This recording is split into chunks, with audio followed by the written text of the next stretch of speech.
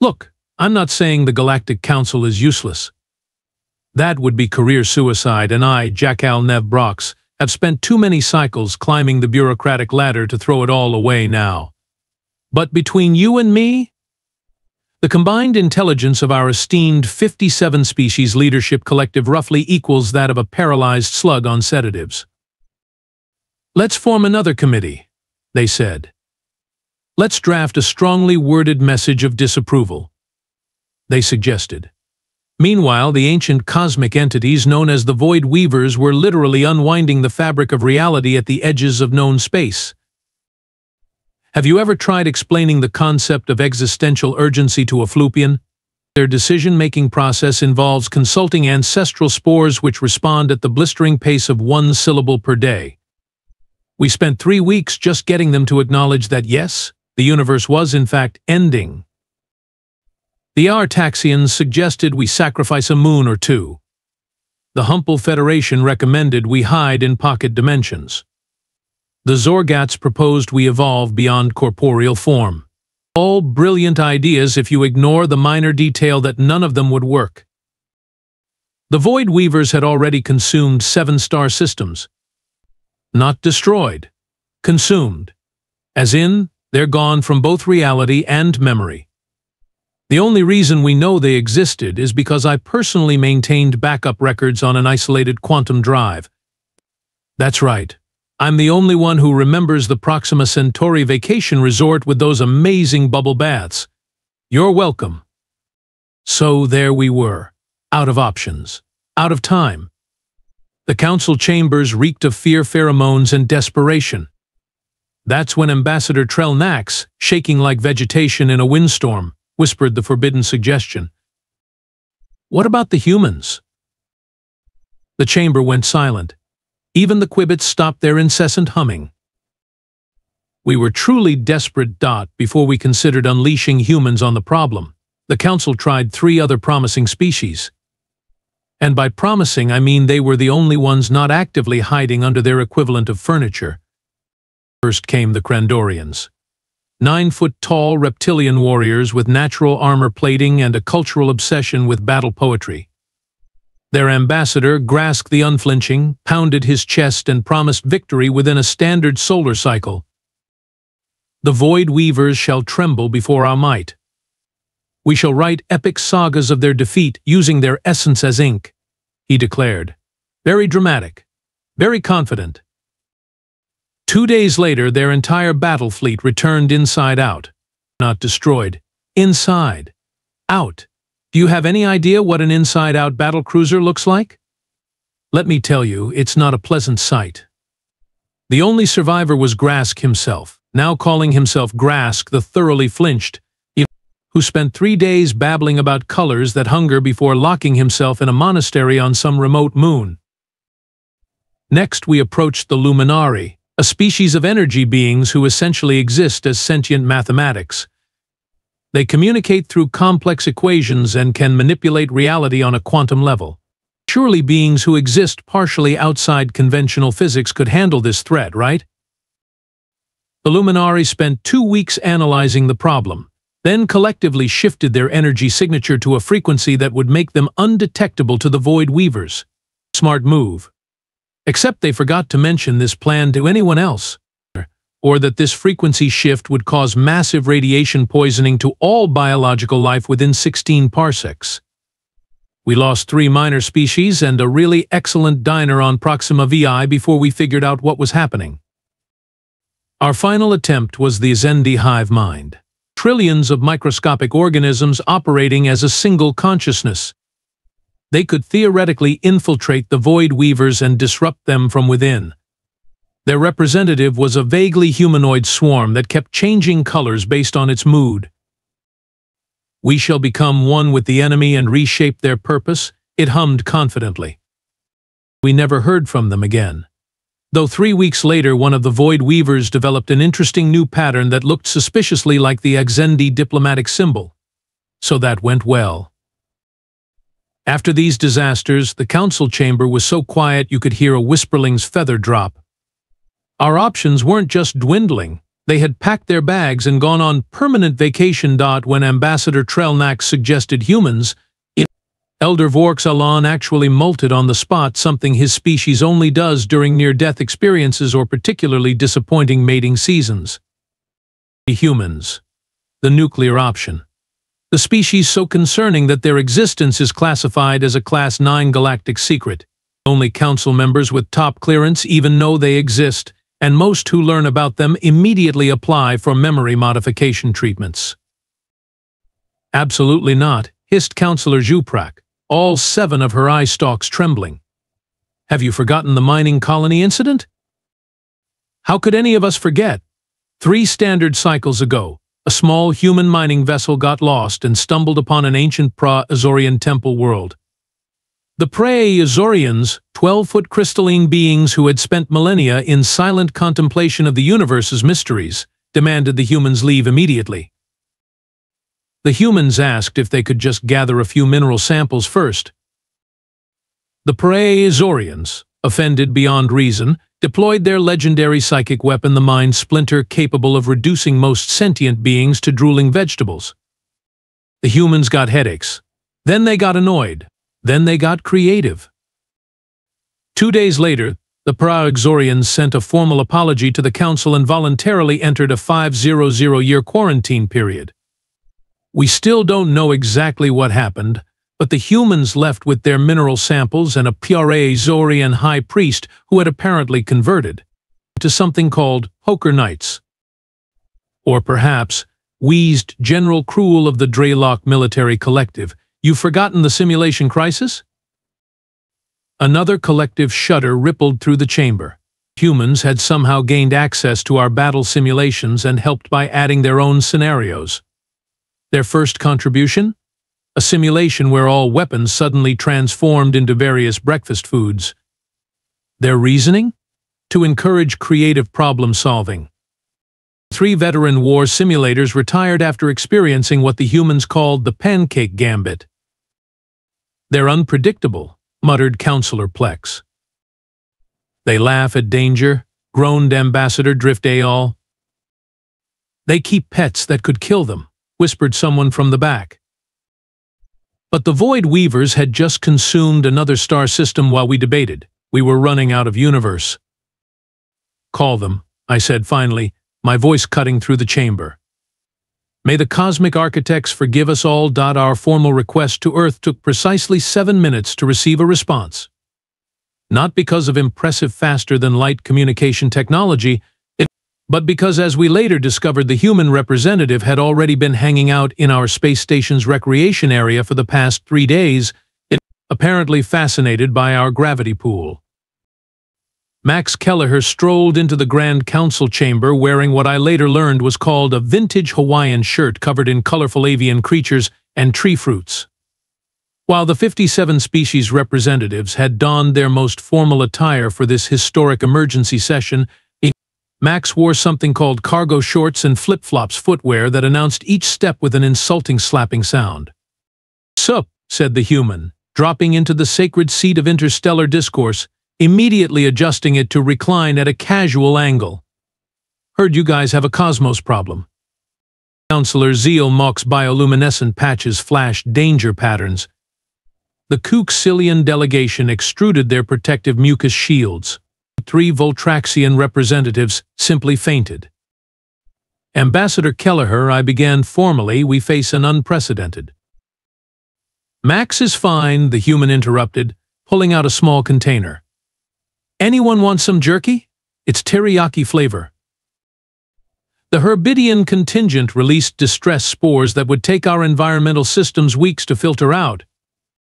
I cleared all 4 of my throat sacs. The situation is dire. The Void Weavers have consumed 9 star systems and are accelerating there. "Yeah, those guys," Max nodded, somehow putting his feet up on the sacred pedestal of unity. "Big shadowy tentacly things, right? Kinda like cosmic octopuses, but with too many dimensions? We've been watching them for a while." The chamber went deadly silent. "You know of the Void Weavers?" asked Elder Vorx Alan, his remaining scales quivering. "Sure," Max shrugged, pulling out a small electronic device and tapping at it casually. We call them Dave. Collectively, I mean, easier to say than void weavers. Plus they respond to it. They respond? Whispered Ambassador Trell Nax, all three hearts visibly palpitating through her translucent chest membrane. Oh yeah, we've been poking them with probes for about a year now. They're cranky, but interesting. Max looked up from his device. So you guys want them gone, or just relocated, or what? I need to know what we're aiming for here. The council chamber erupted in panic chattering. I watched in horror as Max pulled out something he called earbuds and started bobbing his head to what he later described as killer beats, while the most powerful beings in the galaxy had collective nervous breakdowns around him. This was going even worse than I'd expected. And my expectations had been catastrophically low to begin with. After restoring some semblance of order which involved sedating 3 council members and convincing the Mist Collective to rematerialize from the ventilation system, I attempted to conduct a proper briefing. Ambassador Kelleher. Max. The Void Weavers are ancient cosmic entities that predate our universe. They exist in the spaces between realities and feed on dimensional energy. When they consume a star system, it doesn't just disappear physically. It's erased from history completely. I activated our holographic display showing the advancing consumption pattern, 9 star systems gone, with acceleration curves projecting total galactic consumption within 60 standard cycles. Based on our calculations, we have perhaps 2 standard months before they reach the first major populated system, I explained gravely. Max was examining the floating projection, walking around it with one hand stroking his chin. Huh. Neat visualization. Your rendering engine could use an upgrade, though. The particle effects are kinda last decade. This is not a game simulation, hissed Counselor Zhu Prak. This is actual destruction data. Oh, I know, said Max cheerfully. I'm just saying your tech could be better. Anyway, your calculations are wrong. You've got about 3 weeks, not 2 months. The chamber went silent again. Max pulled out another snack, something called Cheetos, and crunched loudly in the horrified quiet. 3 weeks? Elder Vorx Alon's voice was barely audible. Yep. Dave's been picking up speed. They're not just hungry, they're hangry. Max wiped orange dust on his shorts. Good news is we can fix this pretty easy. You can stop them? I asked, hope rising for the first time in months. Nah, not stop them. You can't stop cosmic inevitabilities. That's silly.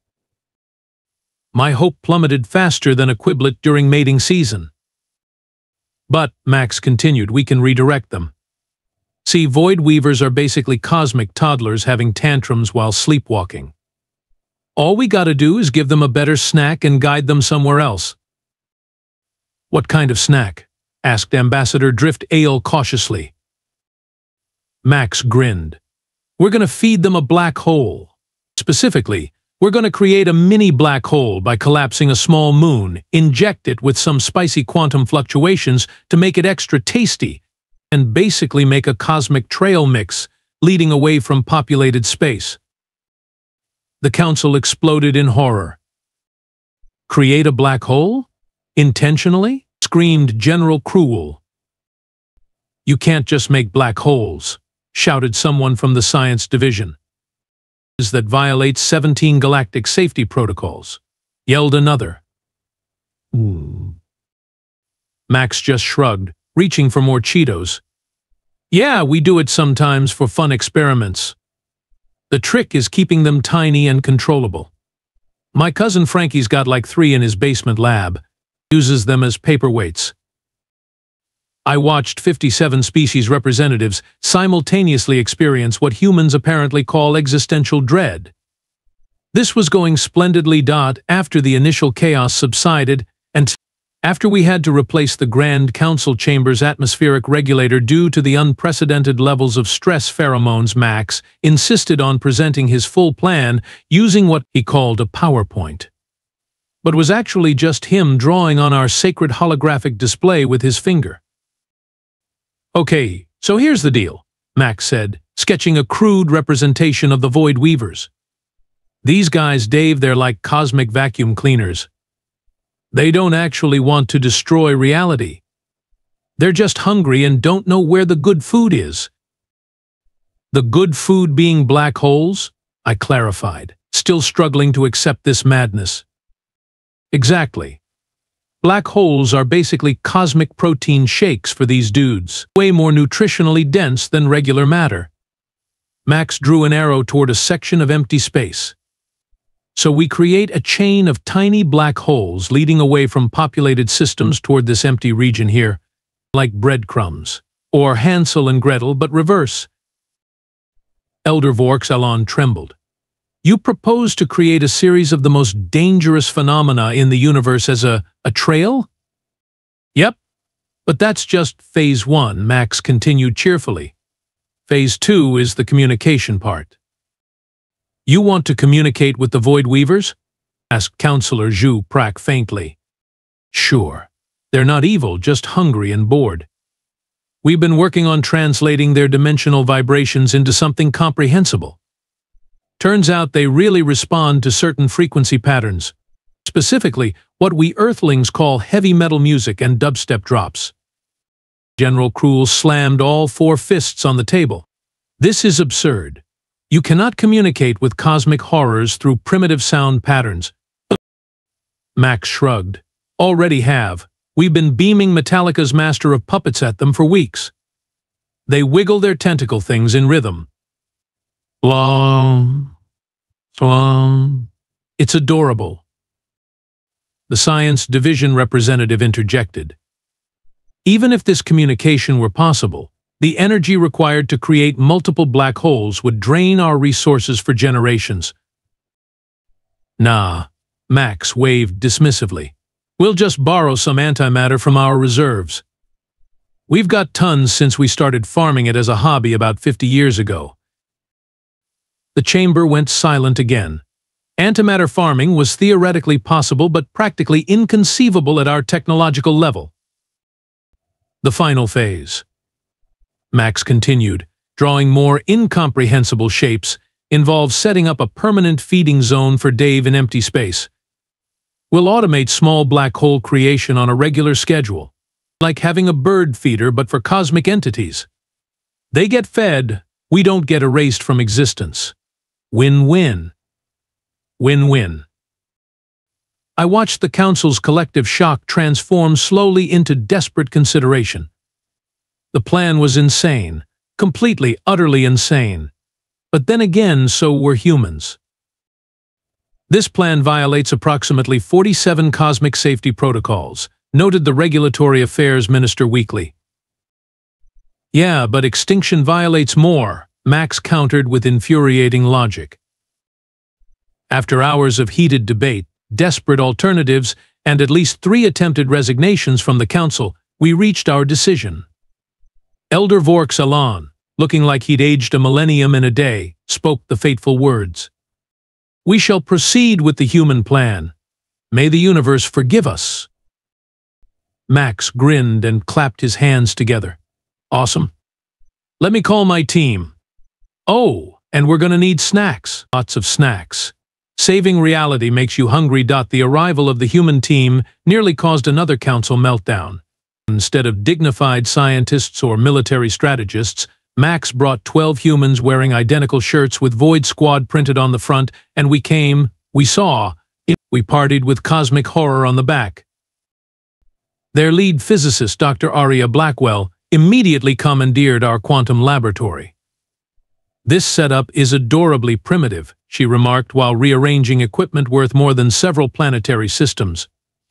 "It's like trying to build a warp drive with popsicle sticks and bubble gum." Meanwhile, their antimatter specialist, a suspiciously young human named Tyler, converted our diplomatic reception area into what he called a workstation but looked more like the aftermath of a small explosion. "Don't touch the glowing stuff," was his only safety protocol. Resource allocation became a nightmare. The humans required 17 rare isotopes, 3 of which we thought were theoretical. Access to our sacred dimensional archives. Something called energy drinks, which they insisted were critical to the scientific process. Permission to slightly modify our station's power core in ways that made our engineers weep openly. The Quibbits refused to work directly with humans after one of them, DJ Cosmic Charlie, attempted to sample their communication hums for what he called sick beats to drop on Dave. The Voltraxians formed a prayer circle in the observatory. The Artaxians started updating their wills. 3 days into preparations, we hit our first major complication. The initial black hole creation test resulted in what Max casually described as a minor reality hiccup. From my perspective, watching half the station temporarily phase into another dimension before snapping back did not qualify as minor. That wasn't supposed to happen, admitted Dr. Blackwell, checking readings with remarkable calmness. But hey, we learned something. The quantum resonance needs a different approach. Perhaps we should reconsider, I began. Already fixed it, interrupted Tyler, mouth full of something called a burrito. We just need to reverse the polarity and add more cowbell. The second complication arrived when our long-range sensors detected the Void Weavers changing course, accelerating directly toward our station. They can sense what we're doing, gasped Elder Vorksalon. Nah, they're just curious, said Max, inexplicably pleased. They've heard the music we're beaming and they're coming to the concert. This is perfect. We're ahead of schedule. Ahead of schedule for what? I asked, dreading the answer. For the direct contact phase, grinned Max, as the station lights flickered ominously. Dave wants to meet us. How cool is that? Not cool. Not cool at all. Our space station's warning systems screamed in 17 different languages as the Void Weavers approached. Through the observation dome, we watched reality itself bend and distort. Stars flickered like faulty lights. Space folded into impossible geometries. Several council members spontaneously developed new religious beliefs on the spot. They're here, Max announced unnecessarily, grinning like a maniac while our reality warped around us. The first Void Weaver manifested as a writhing mass of darkness punctuated by pinpoints of anti-light. It didn't just enter our dimension, it tore through it, leaving wisps of broken physics in its wake.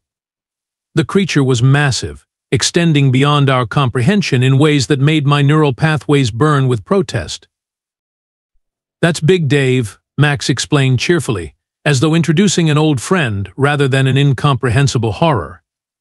The smaller ones usually follow him. Smaller ones? Whispered Elder Vorksalon, just as 3 more rifts opened around the station.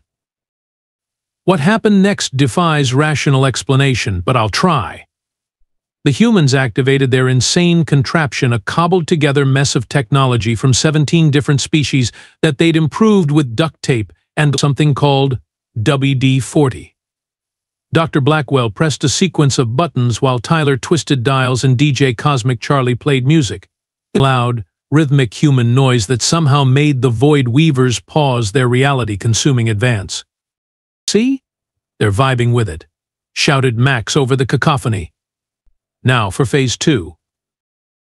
The humans launched their first micro-black hole, not fired it like a weapon, launched it like a gift. The tiny singularity spun through space, trailing exotic particles deliberately designed to attract cosmic entities. Big Dave, I can't believe I'm using that name, extended a tendril of non-existence toward the black hole. For a terrifying moment, nothing happened. Then the cosmic entity did something I can only describe as slurping. It consumed the black hole with what seemed like pleasure, its form rippling in what the humans insisted was appreciation. It's working, Dr. Blackwell shouted, monitoring readings. The dimensional resonance is stabilizing. Launch sequence 2 through 7. Max commanded, and more micro-black holes shot into space, creating a trail leading away from populated systems. That's when everything went sideways. One of the smaller Void Weavers, Baby Dave, according to Max's absurd nomenclature, veered off course, apparently more interested in our station than the offered treats. A tendril of void reached toward us, beginning to unravel the very molecules of our structure. "It's just curious," Max insisted as alarms blared and reality trembled. "It's going to erase us from existence." I screamed, demonstrating my talent for stating the obvious. "Nah, watch this," Max said, grabbing the communication console. He adjusted frequencies and suddenly blasted a different music pattern, something he called a bass drop that physically hurt my auditory organs. Baby Dave paused, rippled, then, impossibly, began to move in rhythm with the sound waves. "See? It's dancing." Max laughed. "They're like cosmic puppies. They just need proper training." Over the next 2 hours, what I can only describe as the most bizarre cosmic ballet unfolded before us. The humans continued launching their black hole trail while bombarding the Void Weavers with music. The entities followed the treats, occasionally veering off course only to be corrected with different sound patterns. Meanwhile, the council members and I watched in silent disbelief as humans casually conversed with, directed, and effectively trained the most terrifying forces in the known universe using methods that violated every scientific principle we held sacred. "Good boy, Dave," Tyler called out at one point, as though addressing a pet rather than an existence-devouring cosmic horror.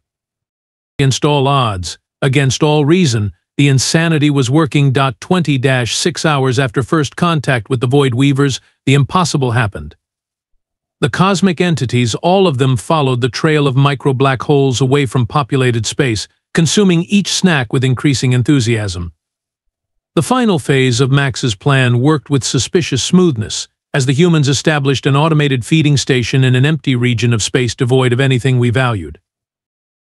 "Like putting a bird feeder in the yard," Max explained, lounging in the council's sacred strategy chair with his feet up. "Regular scheduled treats keep them coming back to the right spot instead of munching on your fancy planets." The most shocking development came when Big Dave, I still can't believe we call it that, actually communicated back. Not in words, but in dimensional ripples that the humans somehow interpreted through their cobbled-together tech. "Dave says thanks for the snacks," Dr. Blackwell translated, studying the readings. "Also, they didn't realize anyone sentient lived here. They thought this was just empty dimensional space." "Cosmic entities apologize to us?" Elder Vork's voice cracked with disbelief.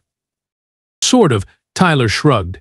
"It's more like they found us interesting, especially humans. They think we're," he checked the translation, "amusingly chaotic pattern makers. Apparently our music resonates with their dimensional frequency. They're kind of fans now." The council chamber, once filled with terror, now buzzed with confusion, relief, and reluctant admiration. The humans had taken entities that consumed entire star systems and essentially turned them into interdimensional pets with a feeding schedule and favorite songs. "We've established a permanent human outpost at the feeding station," Max informed us, munching on something called Doritos. "We'll keep them fed and entertained, and might even try teaching them some tricks. DJ Charlie thinks we could get them to make pretty light shows by manipulating dimensional frequencies." The implications were staggering. Humans hadn't just saved us, they'd befriended the apocalypse. After the humans departed, leaving behind rappers, strange odors, and permanently altered physics in our laboratory, the council held an emergency session to reevaluate our stance on humanity. "They create black holes for fun," muttered Councillor Zuprak. "They named cosmic horrors and taught them to dance," whispered Ambassador Driftaol. "They violated 47 safety protocols and saved us all," I added. A new classification was created that day. Humans were no longer designated as dangerous potential allies, but as terrifyingly essential chaos agents. Their official file now bears a warning label: "In case of cosmic emergency, break glass and call Earth. Then hide." The universe may never recover from the knowledge that the species most feared by godlike entities is the same one that considers pizza a breakfast food. It's been 3 standard cycles since the Void Weaver crisis.